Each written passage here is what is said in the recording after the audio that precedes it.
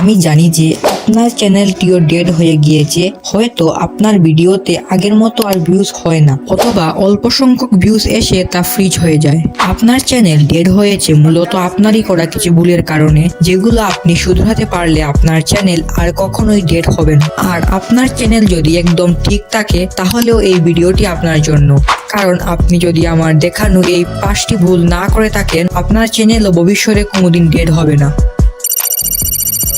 YouTube channel dead হওয়ার প্রথম কারণ হলো লিংক শেয়ার করা। এতে কি হয় জানেন?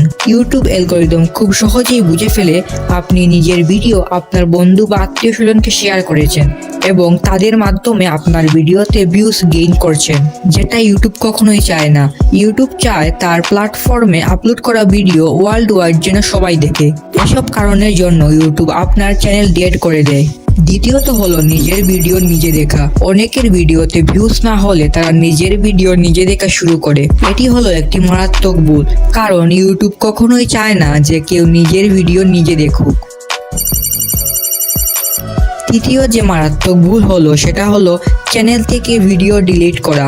আপনি যখন ইউটিউবে একটি ভিডিও আপলোড করেন তখন ওই ভিডিওটির ডাটা ইউটিউব তার নিজের কাছে সংগ্রহ করে রাখে এবং আপনার পরবর্তী আপলোড করা ভিডিও ইউটিউব কোন ক্যাটাগরির দর্শকের কাছে পৌঁছাবে ইউটিউব তার প্রথম ভিডিও থেকেই তথ্যগুলো সংগ্রহ করে থাকে। কিন্তু যখন আপনি ওই ভিডিওটি ডিলিট করে দেন তখন ইউটিউবের কাছে থাকা ডাটাগুলো ডিলিট হয়ে যায়, ফলে ইউটিউবের বড়সড় ক্ষতি হয়ে যায়।